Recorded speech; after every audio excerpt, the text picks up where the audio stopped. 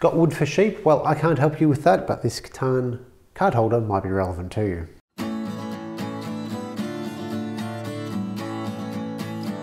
The Wood Night is sponsored by I Would Like.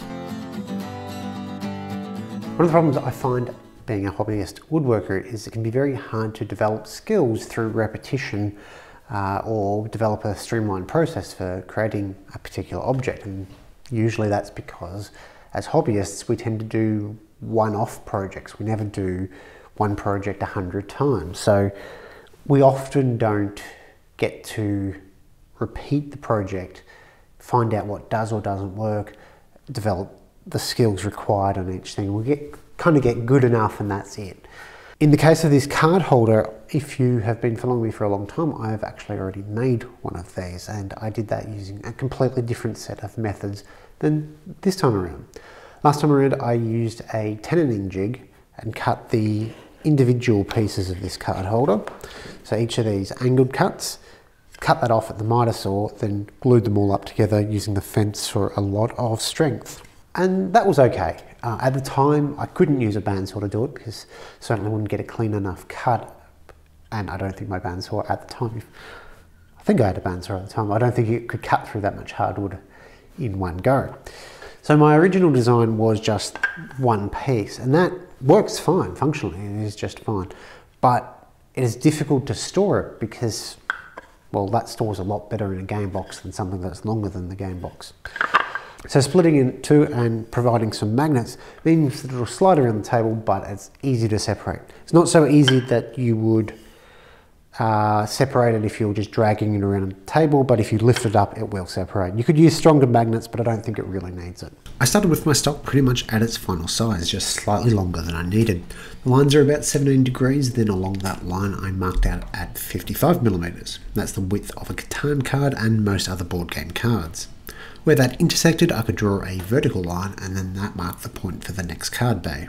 I worked all of this out in Fusion beforehand, so I've included in the description links where you can get the template for this if you don't want to mark it out yourself. The stock isn't overly wide, and these angles are a little tricky to start on the bandsaw, so for a bit more stability I opted to hot glue a support on. Well, I tried to anyway. The only hot glue gun I could find was one that Mum had that was probably older than I am. It didn't heat up too well. In the end I gave up and the wife bought me a new hot glue gun, a battery powered one, and it's much quicker to get started, and the battery in the base means it actually stands up by itself. With the support on, I cross-cut the relief cuts for the angles, then did the angled cuts, which were essentially resawing, so I had my big 19mm resaw blade in.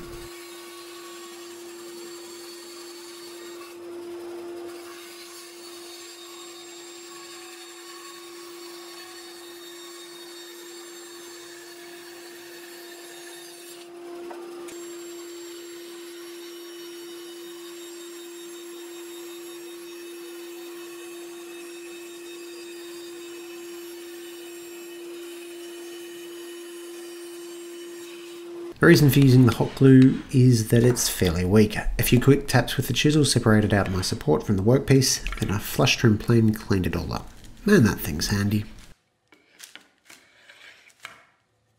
Then each of the base needed to be cleaned up. I used a mixture of tools to do the job. I started with a scraper, switched to a rasp, then switched to a block plane just to get the initial shaping done.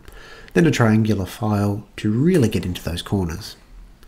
Once I had the majority of it cleaned up, I switched to a sanding block. Honestly, I don't think there's a wrong tool for this situation. It really depends on how good, bad or otherwise the bandsaw marks are.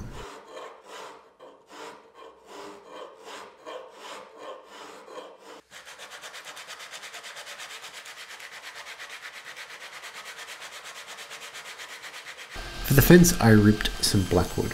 Off camera I thicknessed this down to 8mm.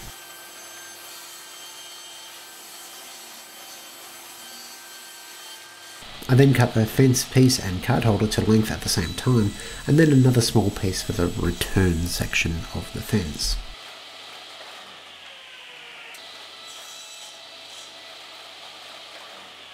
A little bit of glue, a few clamps, and then I left it overnight.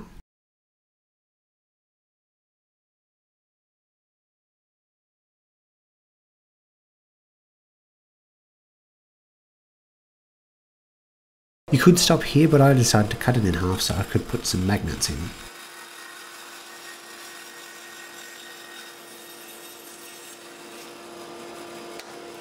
Before drilling for the magnets, I cleaned up the end grain of the cut. My smoother plane did a much better job than the block plane, which tells me my block plane has gotten really dull again.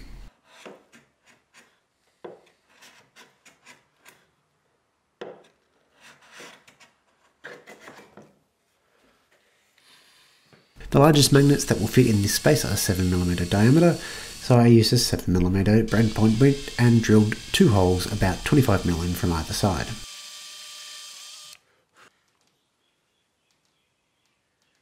To hold them in place, I just poured in some thin CA and sprayed on activator.